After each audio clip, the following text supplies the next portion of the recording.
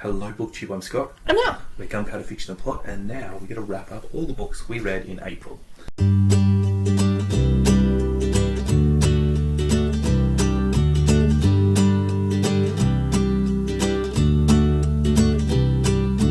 Except I'm not going to wrap up all the books I read in April, I'm only going to wrap up some of them, because a lot of my books I'm doing as part of projects or vlogs, and I'm going to wrap them up there, because I read too many books in April, and we don't have time for me to talk about that many books.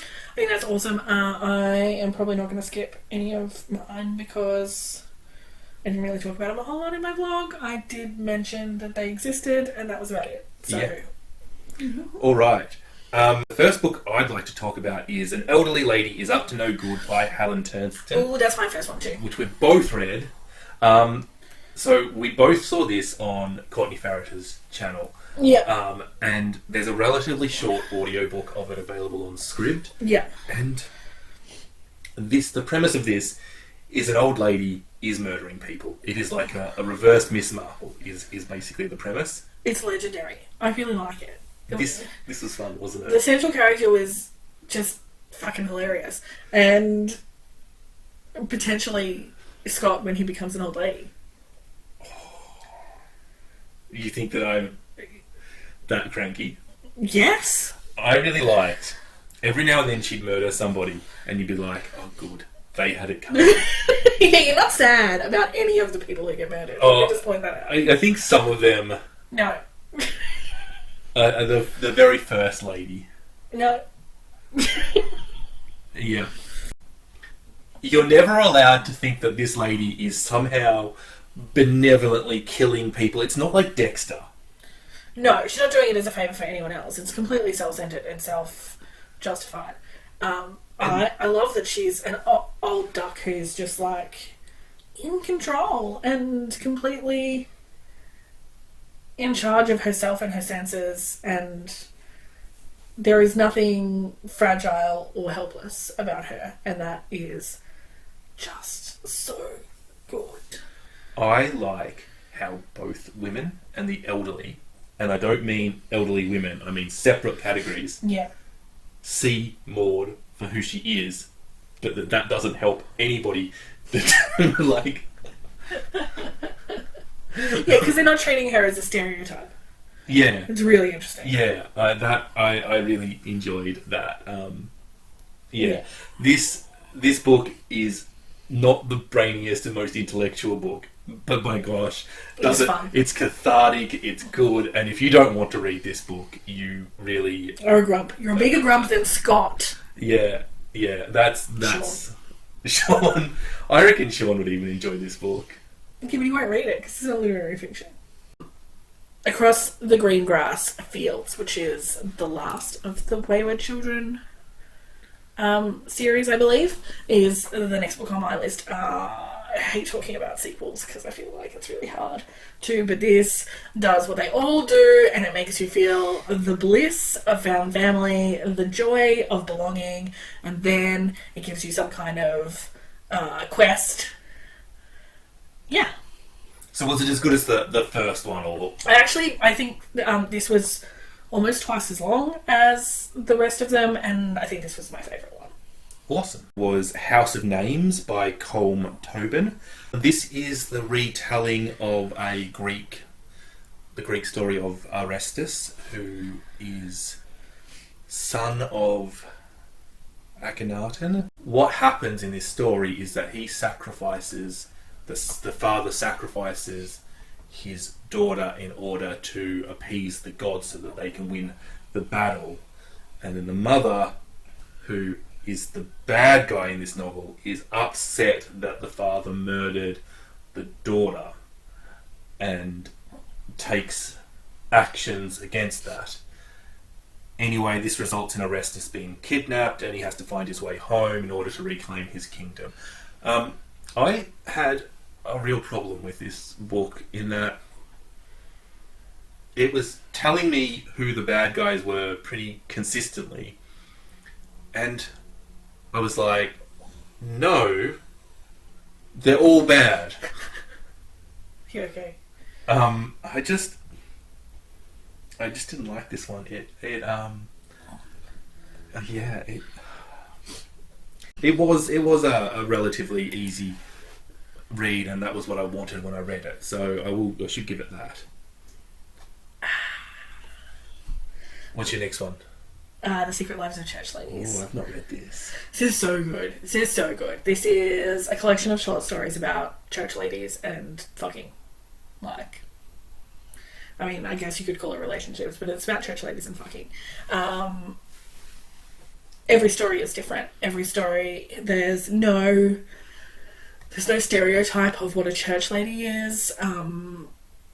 Pretty much all. I actually think all of the central characters are women of colour, which I guess adds context. But you have everything from sort of the closeted lesbian to the child of a woman who's having an extramarital affair with the pastor. Every story sort of stands up, I think. Often in collections like these, you get stronger and weaker stories, but I felt that they were all really strong. There were definitely ones that impacted me personally more than others, but I think that that's about your relationship with the character. There's one called How to Make Love to a Physicist, which gave me happy feels because it very much reminded me of Scott and I when we were first together. It was like an arts teacher and a science teacher, and it was just a little bit like that mishmashing of brain worlds that was very typical of our early dating, and was nice to read, I guess. It's very raunchy. The book, like the collection as a whole, there's quite a lot of like descriptive sex scenes. So if you're not into, like, if that's a turn off for you, then don't read it. But so don't read it around your mum, is what you're saying. It's not raunchy enough that I'm worried that you'll read it while delivering to customers. Like, it's not super graphic. Yeah, I know. I've read some horrible shit while delivering to customers. Sometimes I'm worried that you're like driving up a customer's driveway with, how the one-armed sister sweeps their house. I was actually thinking of American Psycho.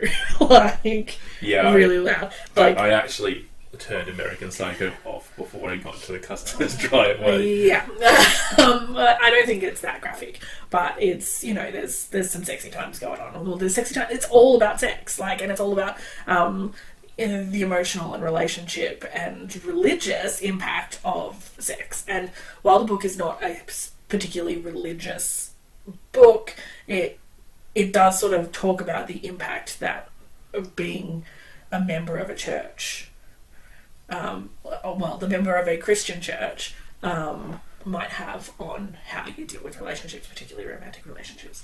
I really, really enjoyed this. It firstly reminded me how much I like short stories.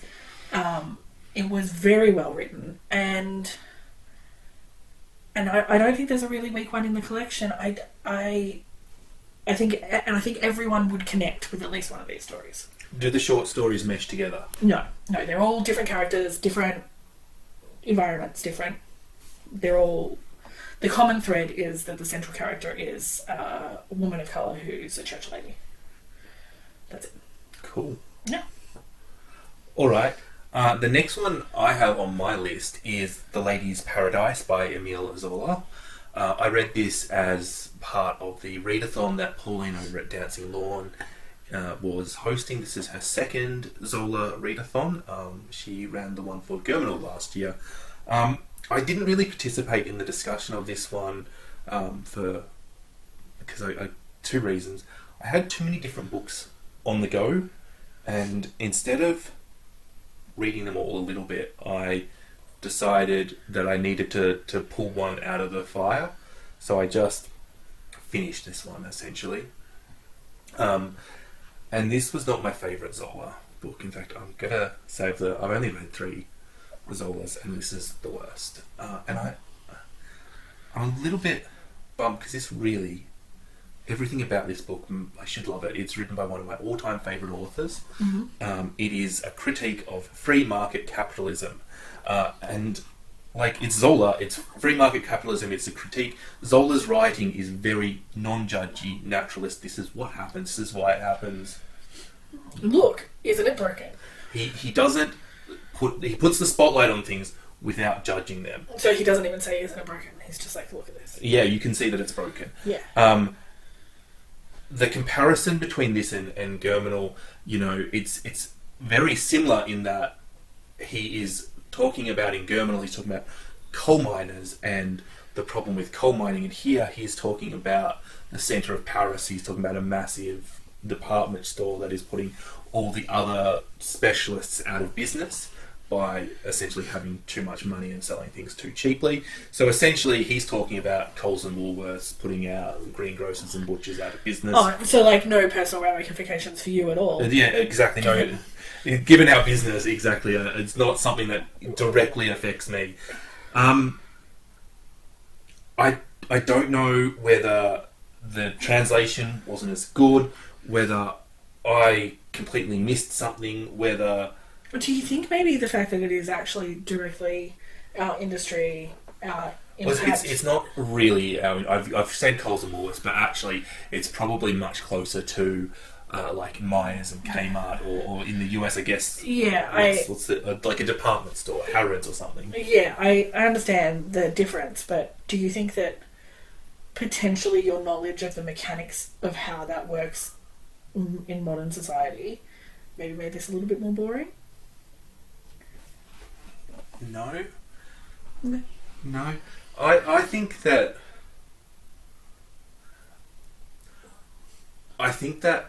a lot of the characters meshed into one. I think the idea of having a main character... I read so many books and I cannot remember her name. What was her name? Again, to compare this to Germinal, Etienne had a little bit of a transformation in Germinal when he went from a worker to a unionist. Yeah. But... was it Nicole? No, it wasn't Nicole. Her transformation from pleb to boss was not very believable to me, and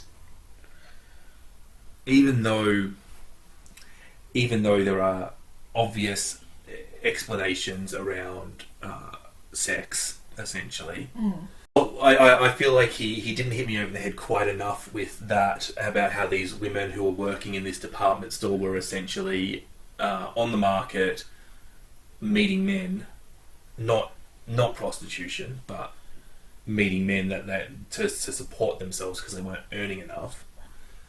And the comparison of that to prostitution could have been more heavy-handed for you. A bit more heavy-handed.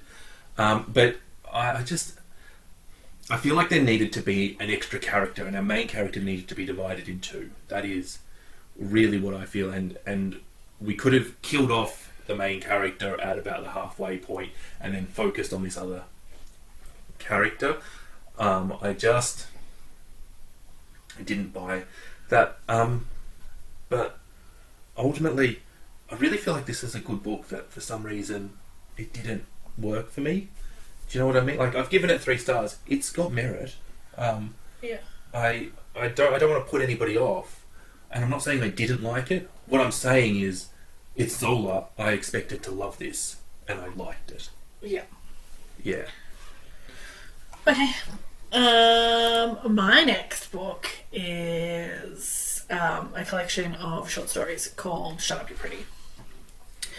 These short stories are from the perspective of the same character. They are chronological. They don't really have the cohesiveness to call them a novel in the same way that, like, A Woman Other is a selection of snippets that actually becomes a whole. They are definitely a collection of short stories, but they are chronological development of the same central character. And each short story centres around one perspective or aspect or situation of transactional sex. That doesn't necessarily mean prostitution. In fact, very rarely does it mean prostitution. But it is very focused on the transactional nature of sex for women. And the main character is a woman of colour. So, even more so for, I guess, the poor and the powerless. This sounds like a Scott book. Very much so. It is very interesting. The main character has a lot of personal power, so it is not a anti-sex work portrait of a victim. It is a discussion of the way women and men engage in sex, heterosexual sex, mostly heterosexual sex, and how that impacts the power dynamics of their lives, whether that is financial directly or to do with housing or whatever. I found this very well written, super evocative, emotional at times, but very interesting, and I think that I will reread it again fairly soon because I think it is an interesting conversation that I may overlay with. I think next time I read a book that's like a heavy comparison of prostitution and like the transactional sort of marriage contract of, you know, in the olden days, sex and I will give you sex and housekeeping and you will give me a house sort of transaction. I might pick this up again to sort of compare and contrast. Yeah. Because it's a complex discussion of that, that rather than a single-faced. Yeah. Yeah, so I thoroughly enjoyed it. It was very thinky. Yeah. Yeah. All right. My next novel is Two on the Tower by Thomas Hardy. This, if I've done my calculations correctly, this is the last Thomas Hardy book that I have to read, and I have finished it. So what I will do is I will do a Thomas Hardy video at some point soon discussing all of his books. I'm still participating with Jen the Librarian, where she's reading/rereading all of his novels. Two on the Tower is one of my favourite Thomas Hardy novels. It is a little bit of an undiscussed treasure. Certainly this little project where we've read every book that he has written, some of the books that I hadn't read were not very good. Certainly not up to the standards of Jude and Tess, which, I mean, as a Hardy fan, how do you not compare? Two on the Tower tells a story of a young man who is an astronomer, and he meets a woman who is happy to be a little bit of his patron and buy a few things for him. And then, of course, there's a bit of a love story that goes on here. One of the things I liked about this was Hardy's use of astronomical terms for non-astronomical things. There is a scene where she cries, and the tear went down her face, and it was straight as a meridian. If you've read Tess and you've read Jude, you'll know that some of the stuff that happens in those books are not really things that happens in Victorian novels, and that Hardy has, up to this point, not really pushed any boundaries in that respect. And like stuff that happens in Tess and Jude is not boundary pushing by today's standards. No, but for the time. But at the time, it really was. And the preface to the book I read was by Thomas Hardy. It was like 10 years after it was published, and he was defending the anti-religious views in the books, saying it wasn't anti-religious. I think if you like the themes in Tess, then you can really see them as an earlier stage in Hardy's development in Two on a Tower. It's essentially a nice version of Tess. Is By nice, do you mean kinder to the central character? Much kinder. much kinder to the central character. Okay. Young 20-year-old Swithen St. Cleeve is an astronomer. He is an astronomer and he is using the tower in the garden of Lady Vivette Constantine. And Lady Vivette is quite interested in what Swithen is doing, and she becomes his benefactor, and she's a number of years older than him. I think she was 7 years older than him, or slightly more. There was a bit of a gap anyway. Not a huge gap, but a bit of a gap. And they fall in love, and she's quite concerned that, well, she's pretty now, but when she starts to be middle-aged, he'll be at his prime and she won't be attractive to him in the future. Then on top of that, there is the bishop, who is considerably older than Lady Constantine, who likes her. And there is no discussion of the age gap between them, despite it being bigger than the age gap between Vivette and Swithen, which is, I mean, partially age gap means more when you're younger, I think. Yeah. But also partially age gap seems to mean more historically anyway, or societally, when the woman is older than the man, and that is something that Hardy is exploring. Interesting. That's really good. This was going to be a 5-star read. Oh, it was pretty close to a 5-star read anyway. And then that ending, if you have read this book, tell me that there's a lot of stuff that happens in Victorian literature that you're just like, hang on a second, what? She was in a swoon because he didn't like her. There's a lot of swooning in Victorian literature, actually, but because none of them can breathe. Because none of them can breathe. Because they're all corseted. Yeah, it's not emotions; it's suffocation. It's not. It's they can't breathe. That's why they used to pass out. Sartorial fucking inconvenience. Yeah. Well, this is not about swooning. The ending of this is I don't want to give it away, but it is the single most ridiculous thing I have read in a Thomas Hardy novel, and I have read Desperate Remedies. It's absurd, and if it was any other writer, I would say it was bullshit. But for some reason, Hardy wrote it, and it kind of works as an ending. It's ridiculous, but it works, and it made me happy, and I liked it, but I just can't get over how tacky and bad it was. Okay. Yeah. My turn? Yeah, your turn. The next one on my list is A Mind Spread Out on the Ground, which is a non-fiction, not quite memoir, but discussing sort of the intersection of colonialism and depression for First Peoples of America. And I found this really interesting. It probably didn't talk about depression in a practical sense quite as much as I thought it was going to. But it bringing sort of the mental health sphere to a place of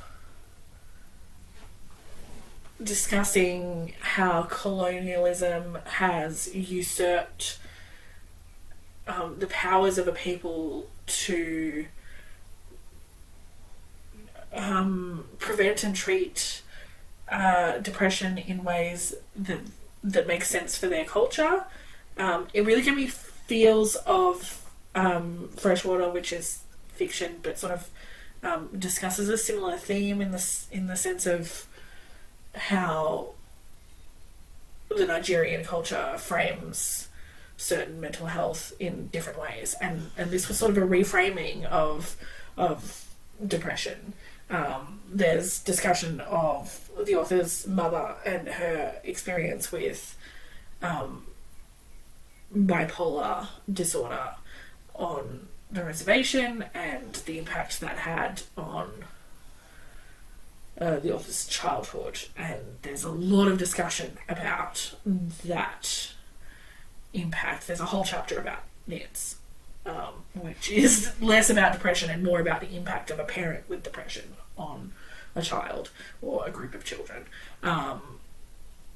It was just thoroughly engaging, engrossing, and interesting from end to end. It was nothing like what I expected it to be. I think enjoyed is the wrong word, but I felt that this was very rich.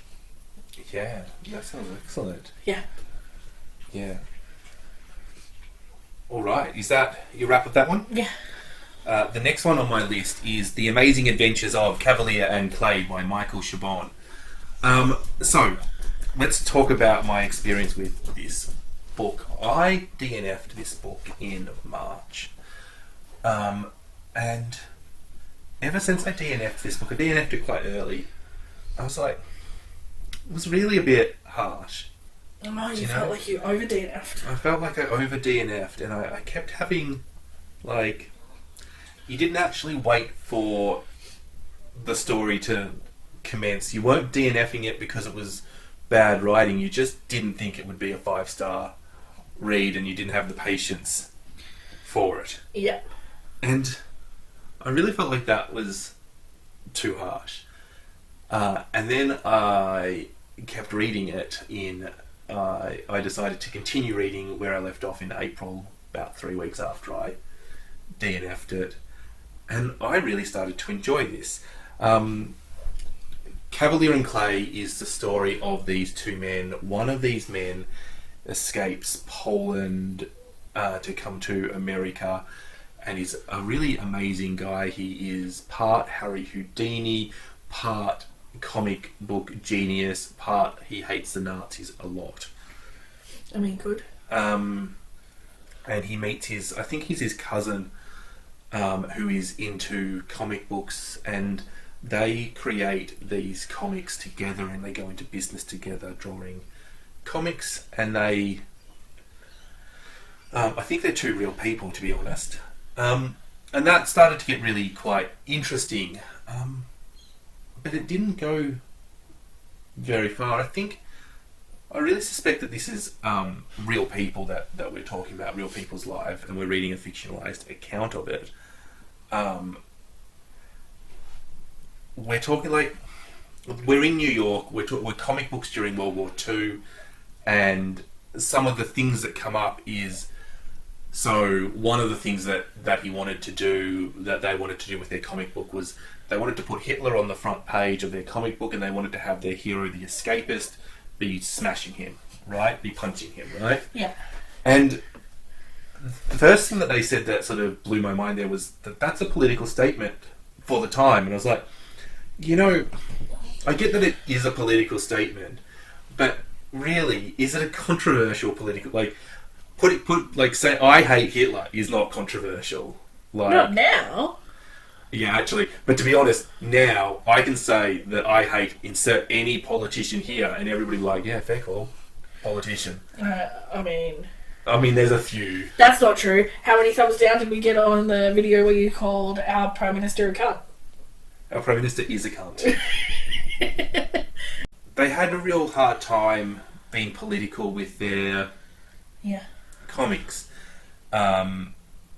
And they fought it, and they were a relatively popular comic book. Sorry.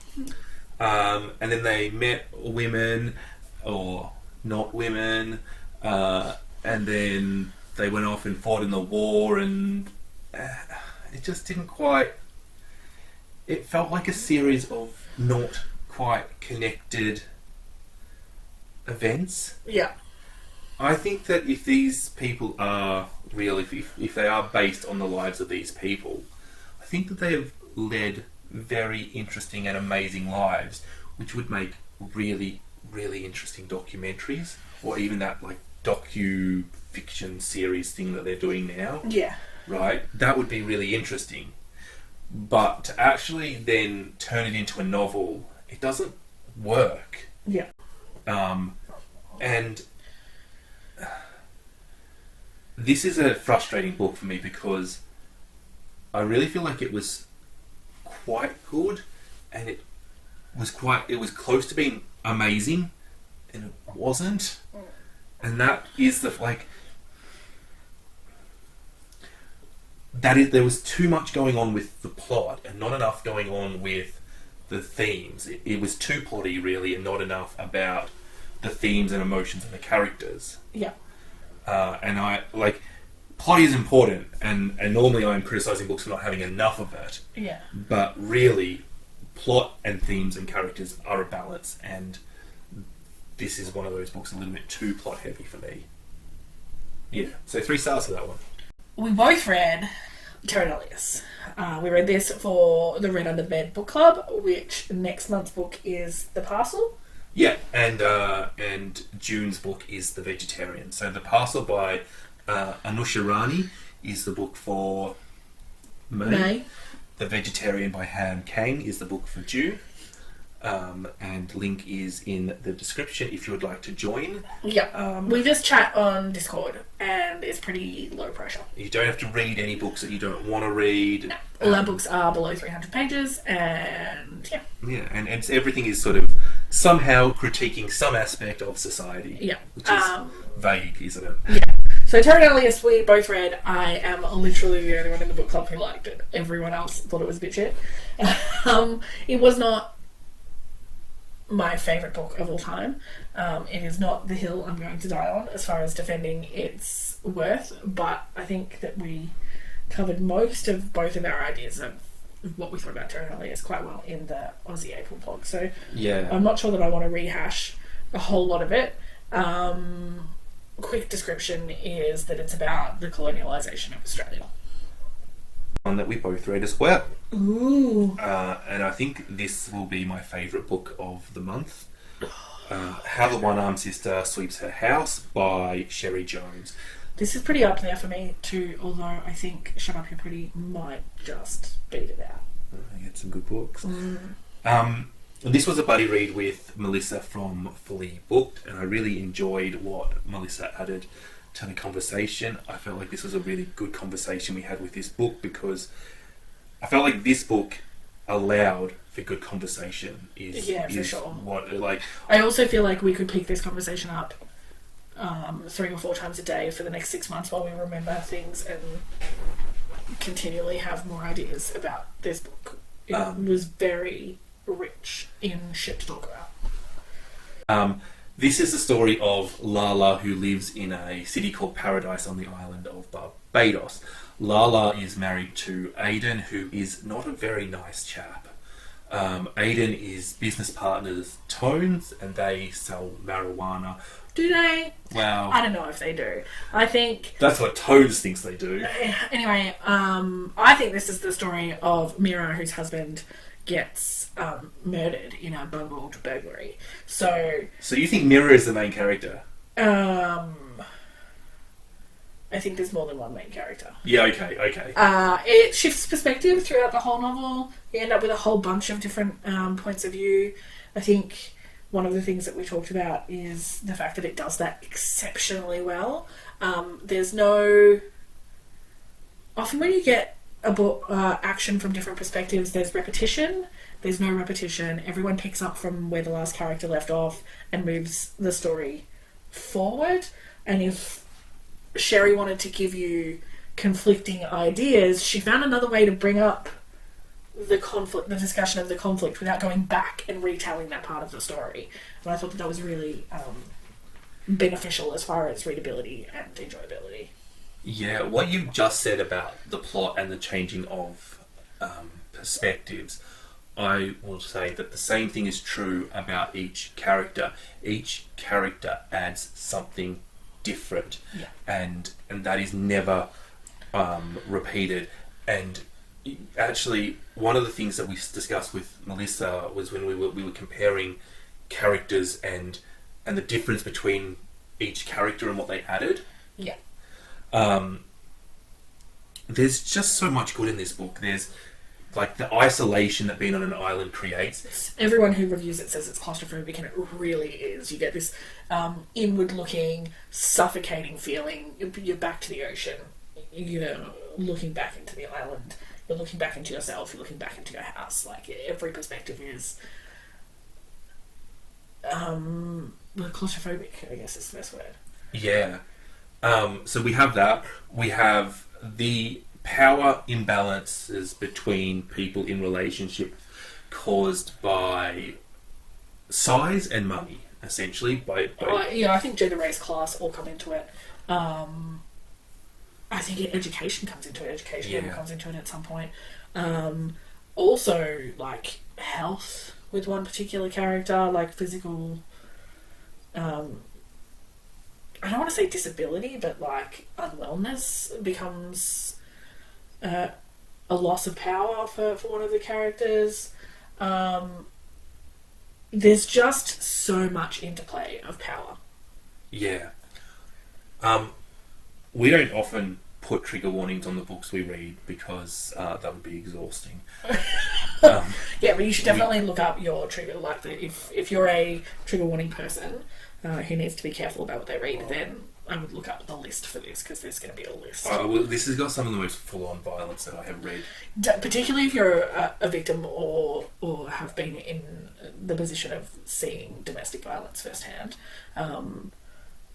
It's a bit... Yeah. It's graphic. There's quite a bit of sex in this book, and I really get the feeling that none of it is consensual. All to varying degrees. But and that is definitely a discussion that this book raises. Can you really have real and true consent between people of disparate power? Yeah, the prostitution is a big part of this book. Yeah. Male prostitution. I don't think I've seen many books that have both male and female prostitution in it, and that really added, like, that illuminated the point that Cherie Jones was making. Yeah. I also thought it was interesting. Often male prostitution is limited to homosexual environments, and this was not, and that was interesting to me. And it's often seen, when it isn't, as some sort of, like, party. Yeah, it's like a super positive thing. This is just a killer book, and yeah. If you read literary fiction and you're not squeamish, I cannot understand. I also think if you would like to read literary fiction, this is a super accessible, very readable, very, like, turn the pages. We wanted to jump ahead of every meet-up that we had booked in, because none of us wanted to put this book down. It was so readable.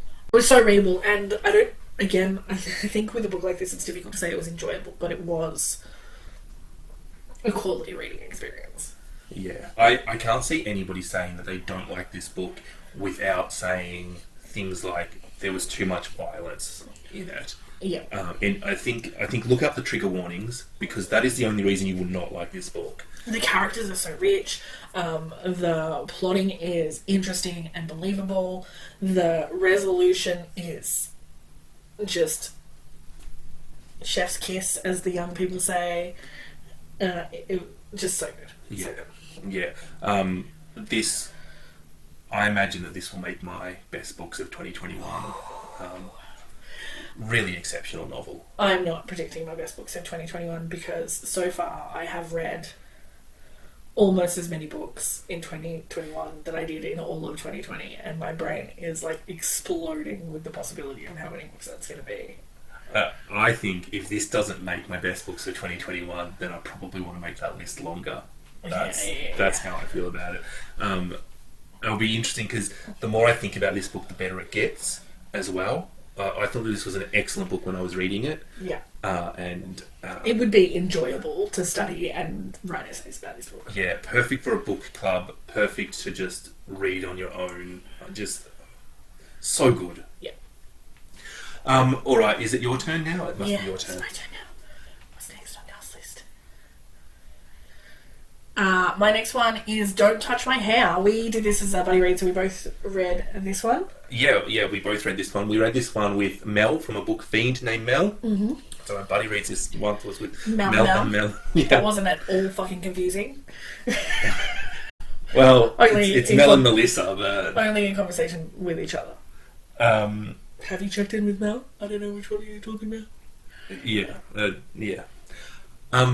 This was another exceptional Oh my god. wasn't it? I learned so many things in this book. If you're a Whitey McGuire and don't know anything about black people, then read this goddamn book. I'm going to say that this is the best non-fiction book about race that I have ever read. Yeah. She's also, the author of this, Emma Dabiri, has also written something, I can't remember the exact title, but it's basically like, hey, white people, this is what you should do. And that is so high on my list now after having read this. This was a beautiful... What white people can do next. What white people can do next. Gonna read it. This was a beautiful sort of combination of personal anecdotal experience and historical facts and like statistical facts and just explanation of the experience in a way that was really accessible to me as a person who doesn't have black people hair. I think the thing is, like, when I saw that it was about black hair, I was like, oh, is that really the biggest, like, as a white person that doesn't understand black issues, I'm like, do people really touch your hair? And is that really the biggest issue? But the amount of things it related to and the amount of things that it tied into and the things that it allowed Dabiri to explore and read was to explore and write about, rather. It was so endless. It was so good. And I often read these books that analyse racism, and I feel like they don't always quite get everything. And I felt like Dabiri got everything. She knew she just knew so much more. I've read How to Be an Anti-Racist by Ibrahim Kendi. Now, that is an exceptional book, but it is clear to me from reading Kendi and reading Emma Dabiri that Kendi could learn from Dabiri, not the other way. I mean, Dabiri will learn from Kendi because that's the sort of person she is. Yeah, from everything she reads. I posted on Instagram when I finished this, and I said that the word that comes to mind from this book is pervasive, and it was really, to me, it showed me how colonialism touches every fucking thing for black people, like every fucking thing. And yes, it is a big deal because it's always interconnected with something else, and it always has an impact that we white people have trodden all over without even trying to understand. The connection between black hair and the way they teach each other and the way they pass on their stories and not just stories but like practical information. For me, that was like the first point in the book where I was just like, white people are assholes. like this is a thing that we know. Like we know that we've fucked it up. We know that, but it's a book like this that really shows you the magnitude of what we've destroyed. Yeah. I really enjoyed the chapters on cultural appropriation. I have never really quite understood cultural appropriation. I've never known as a white person what I should or shouldn't do. When is it appreciation of the art and when isn't it? And Dabiri made that really simple. It's really obvious. She then basically pointed out what was wrong with our society and how if our society wasn't shit, cultural appropriation wouldn't be a thing. And she basically said, you're right, cultural appropriation is ridiculous because the system we live in is ridiculous. Yeah. And the argument around that, I loved that argument. Yeah. And then one thing I wanted to say is I consumed this as a audiobook, but I do have the physical book, and it is worthwhile if you do consume this as an audiobook to get a hold of the physical book if you can, because the photographs and the images in the physical book do add to the experience. Yeah. Yeah. Yeah. Yeah, but I thought this was incredible. Yeah. I said that How the One-Armed Sister was the best book I read for the month, but as soon as I said it, I thought of this book and I said, oh, is that? Is it? Is it? It's the best fiction you've read this one. Comparing fiction and non-fiction is always hard. I think The One-Armed Sister is better, but I think this one will have a more lasting impact on my my understanding of race. And again, I think I'll probably reread it. Yeah, I think we're really blessed to have had both these buddy reads this month because they were both incredible books. And if you're going to pick up 2 books from this wrap, those, although you think Shut Up I'm Pretty is brilliant as well. Yeah, I would definitely be saying 3, but yeah. Is it my turn or your turn? It's your turn.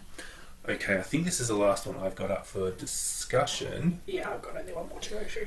Butter, Honey, Pig, Bread. By Francesca Ekwuyasi. This is a book that I think that loads of people will absolutely adore. This is a tale of twins played out in Nigeria, in England, Spain, France, and Canada, and probably a bunch of other places that I have forgotten. It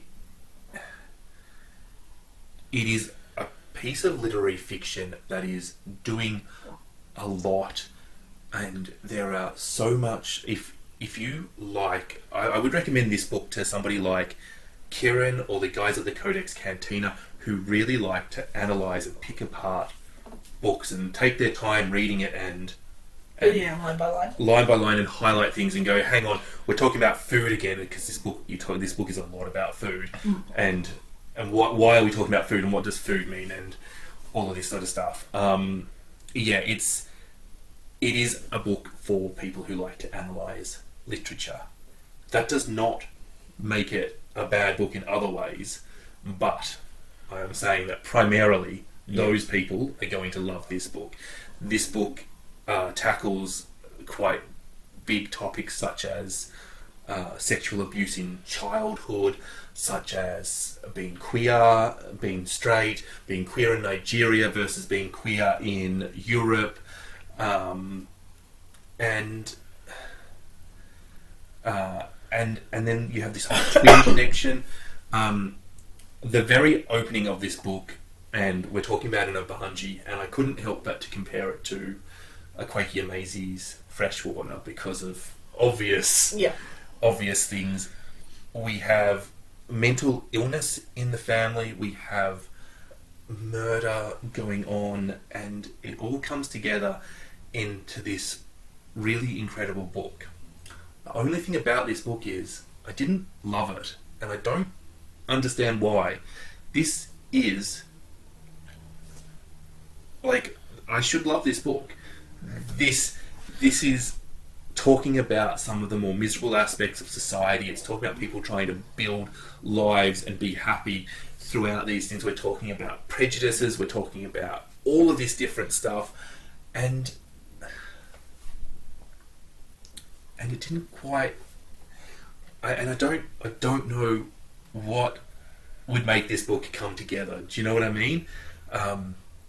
If anybody follows the Poptimist out there, this was his favourite book of 2020.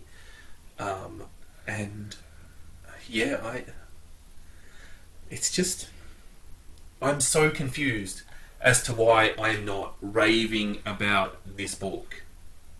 But I'm not raving about this book. It was just good.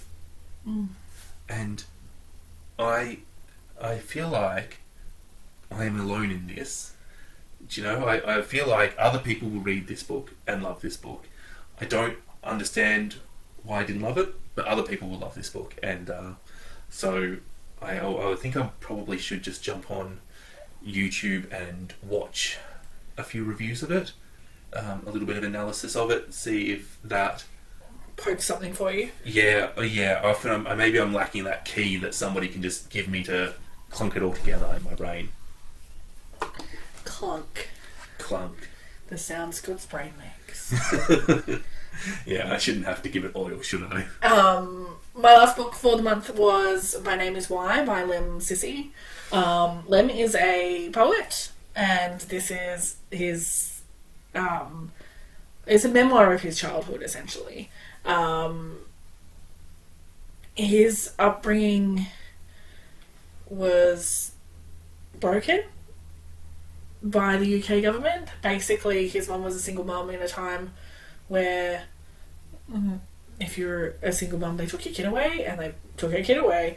And then he spent the first 12 years of his life in a foster family who then essentially rejected him, and then he spent the next 6 years in childcare homes and ended up in a home that is also a prison.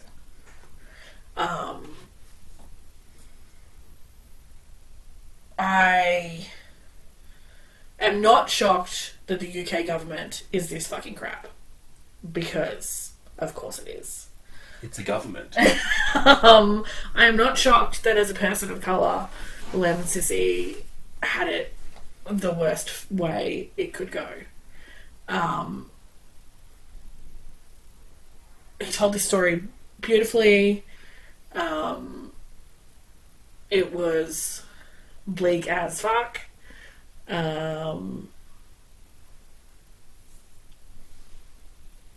that's about all I have to say about it. Yeah. I think this was a good book in a month of great books. So, yeah. I know you don't do star ratings, but it sounds like a 4-star read to me.